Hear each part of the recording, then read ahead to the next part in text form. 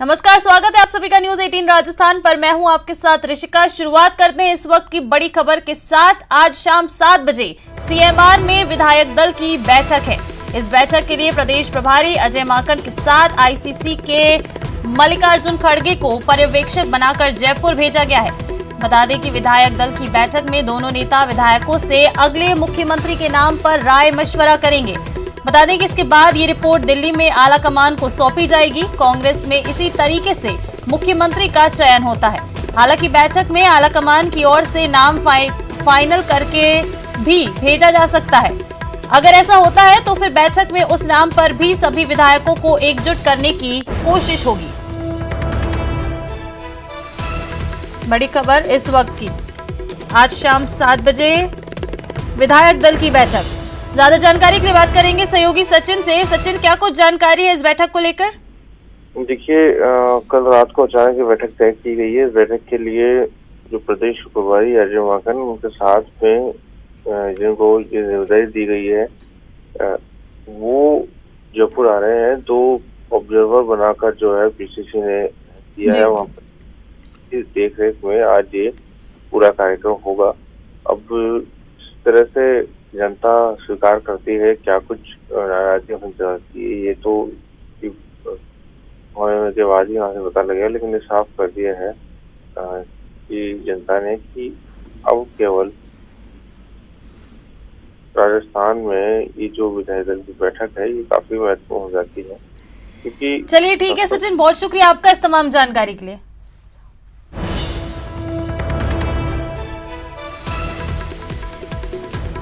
तो आज शाम को मुख्यमंत्री आवास निवास पर विधायक दल की बैठक होने जा रही है। शाम 7 बजे बता दें कि विधायक दल की बैठक होगी। इस बैठक में मल्लिकार्जुन खड़गे भी मौजूद रहेंगे। प्रदेश प्रभारी अजय माकन के साथ ही आईसीसी के मल्लिकार्जुन खड़गे को पर्यवेक्षक बनाकर जयपुर बता दें भेजा गया है। विधायक दल की बैठक में दोनों नेता विधायकों से अगले मुख्यमंत्री के नाम पर राय मशवरा करेंगे। बता दें कि कांग्रेस में इसी तरीके से मुख्यमंत्री का चयन किया जाता है। जिस नाम पर राय मशवरा होता है उसके बाद ये रिपोर्ट दिल्ली में आला कमान को सौंपी जाएगी। इसके बाद ये डिसाइड होगा कि प्रदेश में अगला मुख्यमंत्री कौन होगा। बड़ी खबर इस वक्त की। आज शाम 7 बजे सीएमआर में विधायक दल की बैठक होने जा रही है। प्रदेश प्रभारी अजय माकन के साथ आईसीसी ने मल्लिकार्जुन खड़गे को पर्यवेक्षक बनाकर जयपुर भेजा है।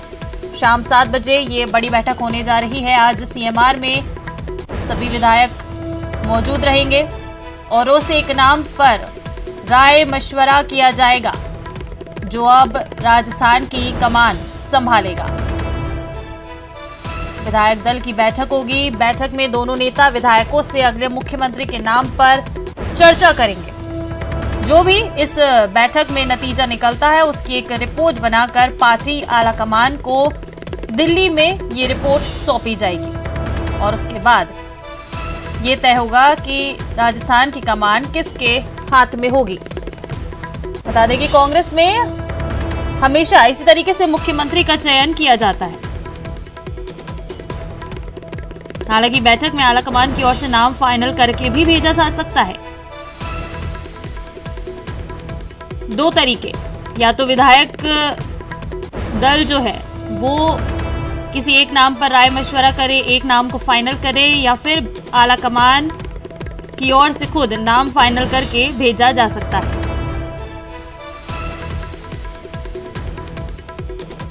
बढ़ते आगे और कांग्रेस अध्यक्ष पद के लिए चुनाव होने वाले हैं। 28 सितंबर को सीएम गहलोत नॉमिनेशन कर सकते हैं। 27 सितंबर को सभी मंत्री विधायक भी दिल्ली जाएंगे।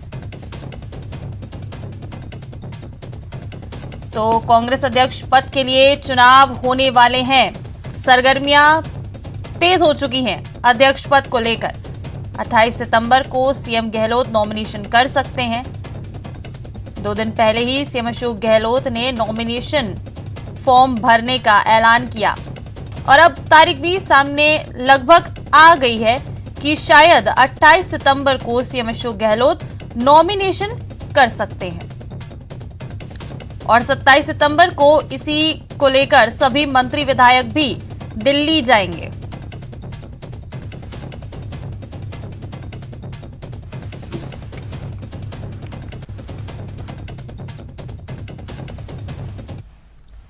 और आज पीएम नरेंद्र मोदी मन की बात करेंगे। पीएम मोदी की मन की बात कार्यक्रम का 93वां ये एपिसोड प्रसारित होगा।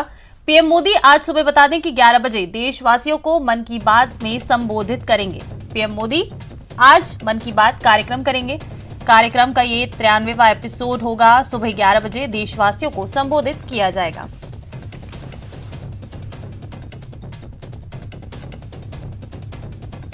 महीने का आखिरी रविवार और आज होगी पीएम मोदी की मन की बात। मन की बात कार्यक्रम का आज 93वां एपिसोड प्रसारित होगा। सुबह 11 बजे आज देशवासियों को प्रधानमंत्री नरेंद्र मोदी मन की बात कार्यक्रम के जरिए संबोधित करेंगे। और बता दें कि आज मन की बात कार्यक्रम का 93वां एपिसोड होगा।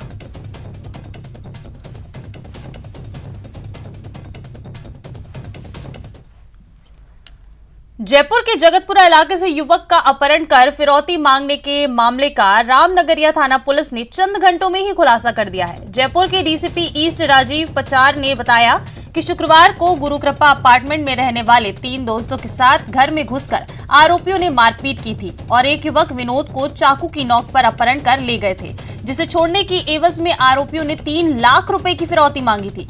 मामले में सूचना मिलने के 4 घंटे में ही पुलिस ने आरोपियों को मोबाइल की लोकेशन के आधार पर ट्रेस कर लिया है और आरोपियों के चंगुल से विनोद को मुक्त करवाया गया।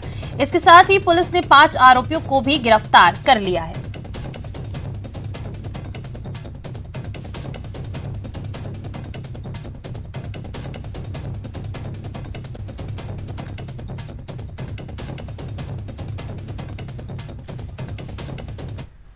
झुंझुनू की चिड़ावा पुलिस ने 19 अगस्त को वार्ड नंबर 33 में पूर्व सैनिक महेंद्र सिंह को बंधक बनाकर हुई लूट का खुलासा कर दिया है। पुलिस ने मामले में 5 आरोपियों को गिरफ्तार किया है।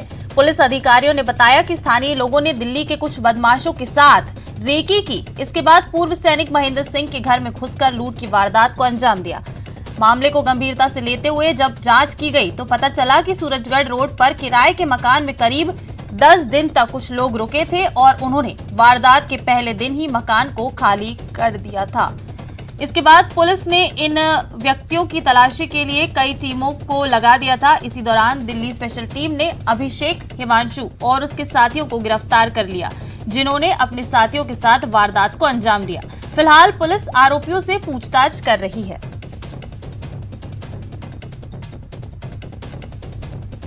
घटना की जा सकती थी, उनकी इन्होंने एक सूची बनाई थी और उन्हीं में से एक जो इस मुकदमे के परिवादी हैं महेंद्र सिंह, उनके साथ फिर ये घटना जो है इनके द्वारा कारित की गई। इसमें से एक आरोपी है जो परिवादी का एक नज़दीकी रिश्तेदार है और इसके अलावा 3 मुलजिम इस प्रकरण में और हैं जो वांछित हैं, जिसमें से 2 वर्तमान में दिल्ली पुलिस की हिरासत में हैं और एक और मुख्य मुलजिम है जिसकी तलाश के लिए भी हमारी पुलिस टीमें लगातार। और अजमेर के अलवर गेट थाना क्षेत्र के रवण्या मोहल्ला में असामाजिक तत्वों ने एक कार को पेट्रोल डालकर आग लगा दी। घटना सीसीटीवी में कैद हो गई है। दरअसल 2 बाइक सवार युवक सामने वाली गली से आते हैं और कार पर पेट्रोल डालकर आग लगा देते हैं, जिससे कार आग का गोला बन जाती है। हालांकि आरोपियों के चेहरे कैमरे में साफ नजर नहीं आ रहे हैं। वहीं सूचना के बाद अलवर गेट थाना पुलिस भी मौके पर पहुंची। पीड़ित की शिकायत के बाद अज्ञात बदमाशों के खिलाफ केस दर्ज कर जांच शुरू कर दी है।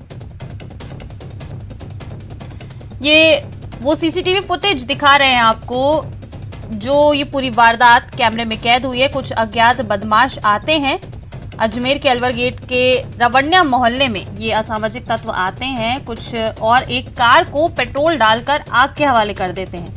ये पूरी घटना सीसीटीवी में कैद हो गई है। सीसीटीवी फुटेज का ही वीडियो आपको आपकी टीवी स्क्रीन पर दिखा रहे हैं।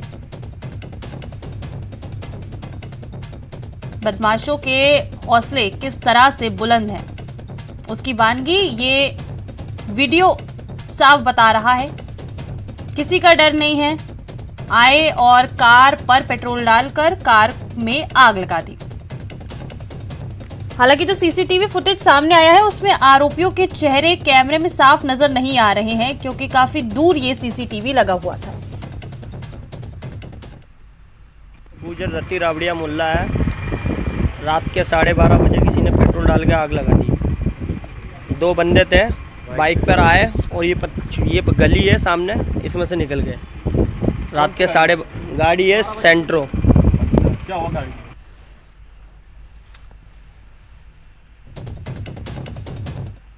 भरतपुर में उद्योग नगर थाना इलाके के रिको इंडस्ट्रियल एरिया में सरसों के तेल से भरा टैंकर पलट गया, जिससे करीब 40 टन सरसों का तेल सड़क पर और पानी भरे गड्ढे में बह गया। इन तस्वीरों को देखिए, कैसे लोग सरसों तेल के लिए लूट मचाए हुए हैं। जिसको जो बर्तन मिला वो उसी में सरसों का तेल भरने लगा। सरसों के तेल को सड़क पर फैलने के बाद आसपास के लोगों में तेल को लूटने की होड़ मच गई, जिसके बाद लोगों के हाथ जैसा बर्तन लगा वो सड़क पर फैले हुए तेल को भरकर ले गए। लंबे समय तक तेल को भरकर ले जाने का सिलसिला जारी रहा। घटना की सूचना मिलते ही उद्योग नगर थाना पुलिस मौके पर पहुंची और उसके बाद वहां से लोगों को हटाया गया। क्रेन की सहायता से पुलिस ने टैंकर को सीधा कराया, लेकिन जब तक टैंकर में भरा हुआ सारा तेल सड़क पर फैल चुका था।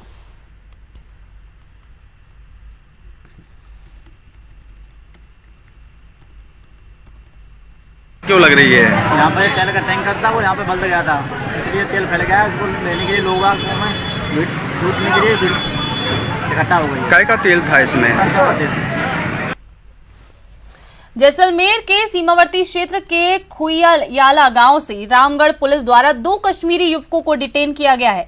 दोनों कश्मीरी युवक वहां चंदा इकट्ठा कर रहे थे। पुलिस ने दोनों युवकों को प्रतिबंधित क्षेत्र में बिना परमिशन के घूमने के चलते पकड़कर थाने लाया है और उनसे पूछताछ की गई। उन्होंने कश्मीर के लिए मदरसों के लिए चंदा इकट्ठा करने की बात कही है और इसी चंदा को इकट्ठा करने के लिए वो जैसलमेर आए थे। बताया जा रहा है कि पुलिस पूछताछ के बाद अब उन्हें संयुक्त जांच कमेटी के सुपुर्द कर दिया गया है, जहां उनसे जिले में काम कर रही सभी सुरक्षा और खुफिया एजेंसियां पूछताछ करेंगी। ये वो 2 युवक हैं जिन्हें खुइयाला गांव से रामगढ़ पुलिस द्वारा पकड़ा गया। ये 2 कश्मीरी युवक हैं जो ये बता रहे थे कि जैसलमेर चंदा इकट्ठा करने लाए हैं। पाकिस्तान के मदरसों के लिए, माफ कीजिएगा, कश्मीर के मदरसों के लिए ये लोग यहाँ पर चंदा इकट्ठा करने आए थे, ऐसा इन लोगों का कहना है। और बारां जिले में पिछले कई दिनों से लगातार हो रही बारिश के कारण नदी नालों में उफान की स्थिति बनी हुई है। जिले से गुजर रही पार्वती और परवन नदी भी तेज बहाव और उफान के साथ बह रही है। ऐसे में यहाँ किशनगंज तहसील के पार्वती नदी किनारे स्थित कागला बम्बोरी गांव में 22 सितंबर को मजदूरी के लिए गए 4 मजदूर खेतों में फंस गए, जिसके बाद एनडीआरएफ, एसडीआरएफ और सिविल डिफेंस की टीमों ने मौके पर पहुंचकर रेस्क्यू ऑपरेशन चलाकर सभी को सुरक्षित बाहर निकाला। बारां जिले की ये वो तस्वीरें हैं जहां बारिश के कारण नदी नालों में उफान की स्थिति बनी हुई है और स्थिति अब ऐसी गुजर रहे हो वो भी किसी वाहन से, और शहर अगर जोधपुर हो तो सावधान रहिए, सतर्क रहिए। हम ऐसा क्यों कह रहे हैं ये बताएंगे, लेकिन पहले जरा इन तस्वीरों को देख लीजिए। चौंकिए मत, ये कोई स्कूटी की समाधि स्थल नहीं है। शानदार चमकदार सनसिटी की ये सड़कें हैं। भगत की कोठी रेलवे स्टेशन के सामने की ये सड़क है, लेकिन देखिए बारिश के मौसम में सड़क की सारी सच्चाई सामने आ गई। बीचों बीच ये सड़क धंस गई है। वो तो शुक्र है कि इस पर सवार बुजुर्ग की जान बच गई। बुजुर्ग फिलहाल अस्पताल में हैं, उनके सिर और कंधे पर चोट लगी है। उनका इलाज जारी है और वो कोस रहे हैं उस इंजीनियर को जिसकी इंजीनियरिंग का ये अनोखा नमूना है। हालांकि ये कोई पहली बार नहीं है जब इस सड़क पर किसी वाहन की समाधि बनी हो। पहले भी इस मार्ग पर ये सड़क धंसी थी। अब सवाल ये उठ रहे हैं कि कहीं इस सड़क को बनाने में करप्शन का खेल तो नहीं हुआ।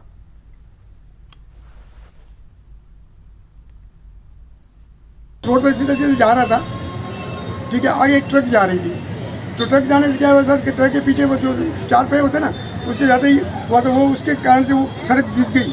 मैं देखते जब तक मैं साइड से ले तो इतना बड़ा हो गया और मैं अंदर जाके गिर गया और गया तब तक मेरा आगे पूरा अंदर चला गया और मेरे यहाँ लगी सर ये बड़ी मुश्किल से तो मैं पूरा अंदर चला जाता और बह के चला जाता। इस रोड पे पहले से खड्डा था या फिर नहीं, मेरे सामने पड़ा भी, अभी देखा मैंने मेरे सामने। और दूसरी बात सर कि अभी तक मैं घंटा पर होने लगा है, हाफ एन आवर नो बड़ी सी है, कोई प्रशासन वगैरह कुछ भी, मुझे कुछ नहीं दिख रहा है। कार्मिकों के बीच में रॉयल्टी को लेकर झड़प हो गई, जिसके बाद गुस्साए ट्रक चालकों ने बाड़मेर मुनाबाव हाईवे को जाम कर दिया और रॉयल्टी कार्मिकों के खिलाफ प्रदर्शन किया। रोड जाम की सूचना मिलते ही ग्रामीण थाना पुलिस मौके पर पहुंची और लोगों से समझाइश कर हाईवे से जाम खुलवाया गया। ट्रक मालिकों ने रॉयल्टी के कार्मिकों पर जबरन वसूली का आरोप लगाया है।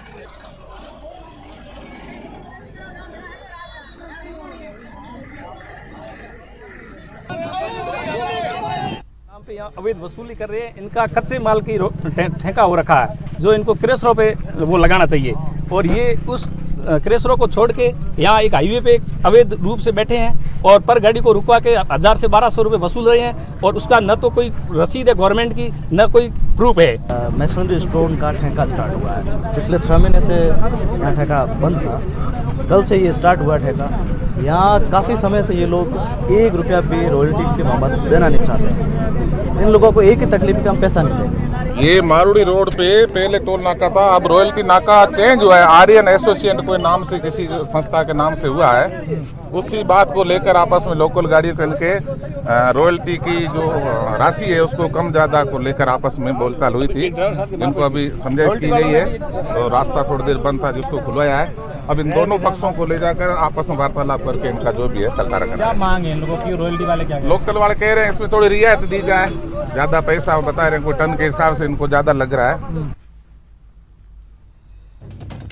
तो ये बाड़मेर की तस्वीरें जहां ट्रक चालकों और रॉयल्टी कार्मिकों के बीच में रॉयल्टी को लेकर ही झड़प हो गई। बता दें कि गुस्साए ट्रक चालकों ने बाड़मेर मुनाबाव हाईवे को जाम कर दिया और रॉयल्टी कार्मिकों के खिलाफ जमकर प्रदर्शन किया गया। ये तस्वीरें दिखा रहे हैं आपको उसी की। रोड जाम की सूचना मिलने के बाद ग्रामीण थाना पुलिस मौके पर पहुंची। चलिए बढ़ेंगे आगे और हर तबके तक स्वास्थ्य सेवाएं पहुंचाने के लिए राजस्थान में राइट टू हेल्थ बिल लागू होगा। इसे लेकर जो भी शिकायतें हैं उन्हें सुनकर दूर कर इसे लागू किया जाएगा। बता दें, कार्डियोलॉजिकल सोसाइटी ऑफ इंडिया की ओर से आयोजित नेशनल कॉन्फ्रेंस राज CSICON 22 का उद्घाटन करने के बाद चिकित्सा मंत्री ने कहा कि अक्टूबर के महीने में इस बिल को लागू किया जाएगा।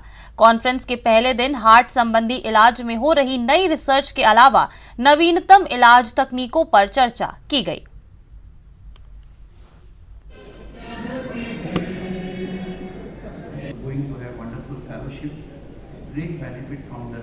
तो अब प्रदेश वासियों को, प्रदेश के लोगों को एक जल्द ही नई सुविधा मिलने वाली है। राजस्थान पहला ऐसा राज्य होगा जो अपने निवासियों को स्वास्थ्य सेवाएं पहुंचाने के लिए right to health bill, right to health जो है इसे लागू किया जाएगा। और इस बिल के लागू होने के बाद ही लोगों को कई तरह की स्वास्थ्य सेवाएं दी जाएंगी। राइट टू हेल्थ बिल ला रहे हैं कल कारणों से विपक्ष से बात करने के कुछ दिन के लिए, और 15-20 अक्टूबर से पहले राइट टू हेल्थ बिल लागू कर देंगे। बहुत बड़ा अधिकार देश के लोगों को मिलेगा। गरीब आदमी जो सोच नहीं सकता था, जब पुराने का भी पैसा नहीं है, इलाज कहाँ से कराया, उसको मरना ही पड़ता था। मुख्यमंत्री जी की जो चिरंजीवी स्वास्थ्य बीमा योजना है, उसके बाद लोगों की आस बंधी है कि वो हमारा इलाज फ्री होगा। प्रदेश में लंपी स्किन डिसीज से संक्रमित पशुओं का आंकड़ा 14 लाख के पार हो चुका है। इस महामारी ने 60,000 से ज्यादा गौवंश की जान ले ली है। हजारों गायों की मौत से प्रदेश के पशुपालकों की कमर टूट गई है। गौमाता पर आए इस संकट पर प्रदेश के कई विधायकों ने राजनीति से परे हटकर गौमाता को बचाने की मंशा जताई है। विधानसभा सत्र के दौरान कई विधायकों ने पशुपालन मंत्री लालचंद कटारिया को लंपी से बचाव के लिए पशु चिकित्सा व्यवस्था मजबूत बनाने के लिए हर संभव मदद का भरोसा दिया है। लंपी संक्रमण से प्रभावित पशुधन को बचाने के लिए राज्य सरकार जहां 500 से ज्यादा पशु एम्बुलेंस खरीद रही है, वहीं सत्ता पक्ष और विपक्ष के अधिकांश विधायकों ने भी अपने अपने क्षेत्रों में पशु एम्बुलेंस और लंपी संक्रमण से जुड़ी दवाओं को खरीदने की कवायद शुरू कर दी है।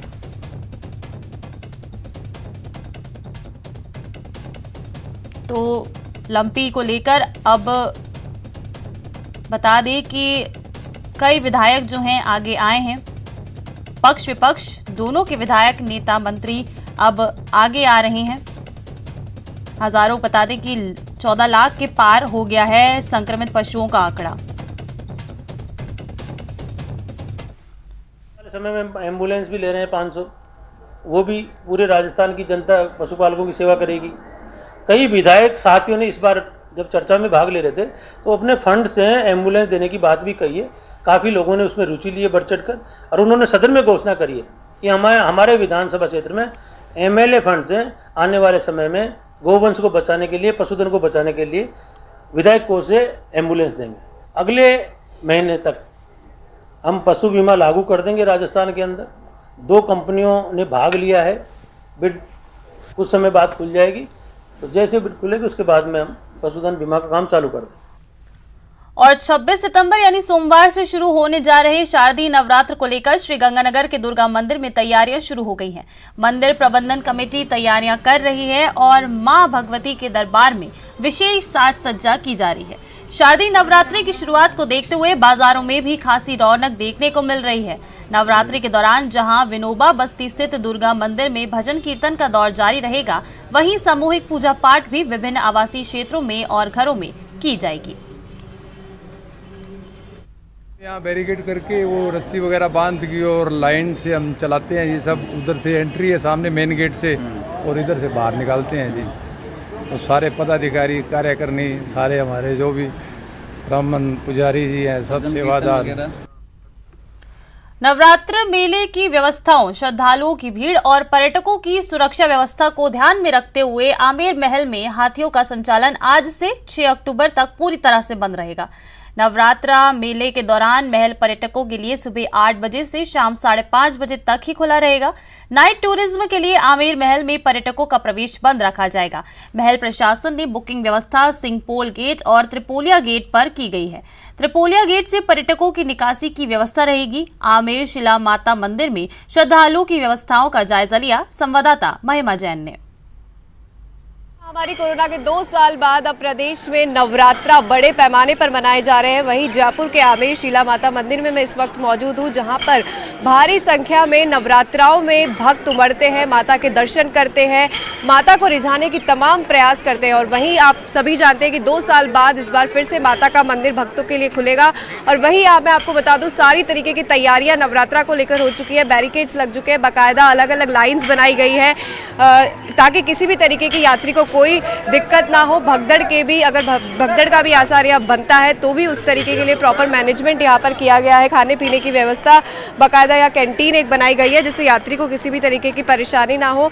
बारिश को देखते हुए भी जो है टेंट वेंट यहाँ पर लगाए जा रहे हैं और पूरी तरीके से तैयारियाँ कंप्लीट की जा चुकी है, क्योंकि 26 तारीख से नवरात्राओं का दौर शुरू हो जाएगा। ऐसे में 9 दिन माता के यहाँ भक्तों की भीड़ भारी संख्या में उमड़ेगी। और जयपुर का सबसे प्रसिद्ध मंदिर शिला माता का मंदिर माना जाता है और शिला माता कहते हैं कि 9 रूप माता के होते हैं। तो ऐसे में हर देवी के मंदिरों में 9 दिनों तक भारी भीड़ रहेगी। और वहीं तमाम मंदिरों में भी सभी तरीके की तैयारियां अब पूरी हो चुकी है। इसी के साथ मैं महिमा जैन, कैमरामैन अविनाश के साथ, न्यूज़ 18 राजस्थान, जयपुर। जयपुर में विधायक आवास कॉलोनी में कंप्यूटर अनुदेशक भर्ती में शिथिलता की मांग को लेकर अभ्यर्थियों का धरना और पड़ाव पिछले 7 दिनों से लगातार जारी है। कंप्यूटर अनुदेशक अभ्यर्थियों का कहना है कि पहली बार अनुदेशक भर्ती राजस्थान में हुई और पेपर काफी कठिन आया था, जिसके चलते करीब 3000 से ज्यादा पद खाली रह रहे हैं। ऐसे में भर्ती में शिथिलता देते हुए सरकार कंप्यूटर अनुदेशक भर्ती के अभ्यर्थियों को राहत दे। धरने पर बैठे अभ्यर्थियों से बात कर धरने का जायजा लिया हमारे संवाददाता लवली वधवा ने।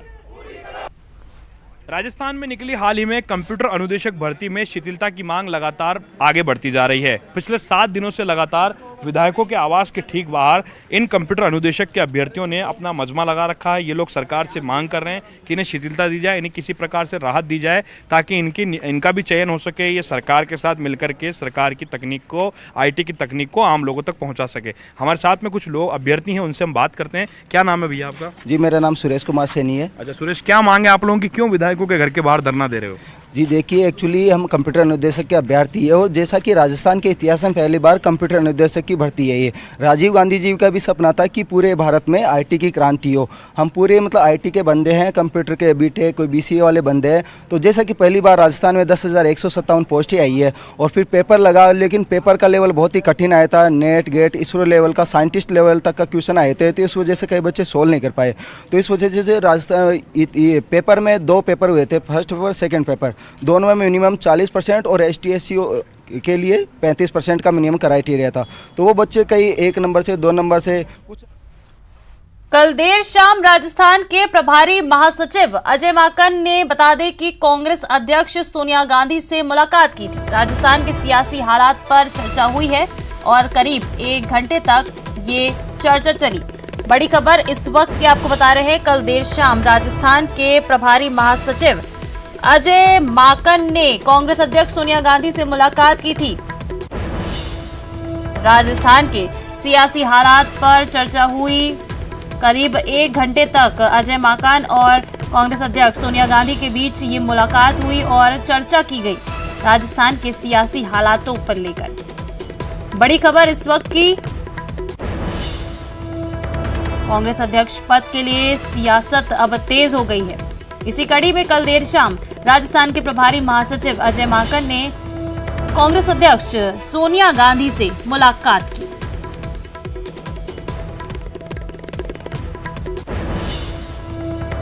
ज्यादा जानकारी के लिए बात करेंगे सहयोगी रवि से। रवि, क्या कुछ जानकारी है इस मुलाकात को लेकर? देखिए, कल देर शाम मुलाकात हुई थी। जो कांग्रेस के प्रभारी हैं राजस्थान से अजय माकन, वो 10 जनपद गए थे और सोनिया गांधी से मुलाकात हुई। इस बैठक में राजस्थान के सियासी हालात पर चर्चा है और इस बैठक के बाद ही एक कमेटी का गठन किया गया। मल्लिकार्जुन खड़गे को ऑब्जर्वर बनाया गया, अजय माकन को भी साथ में अटैच किया गया और ये दोनों जयपुर जाएंगे और वहां पे विधायक दल की बैठक बुलाई जाएगी। जो तमाम सियासी हालात चल रहे हैं, जिस तरह से विधायकों की तरफ से अपनी अपनी राय आ रही थी, उसे देखते हुए अहम बैठक बुलाई गई। करीब 50 मिनट की बैठक थी दोनों के बीच में और चर्चा हुई कि अभी के हालात में अगर अशोक गहलोत दिल्ली आते हैं, चुनाव लड़ना, उनको 27 से 28 तक अपना नामांकन करने वाले हैं, तो ऐसे में अगर वहां पर मुख्यमंत्री की कुर्सी खाली होती तो उस पर क्या निर्णय लिया जाए। इसी बाबत इंपॉर्टेंट मीटिंग, एक महत्वपूर्ण बैठक थी, उस बैठक में चर्चा भी की गई है। चलिए ठीक है रवि, बहुत शुक्रिया आपका इस तमाम जानकारी के लिए।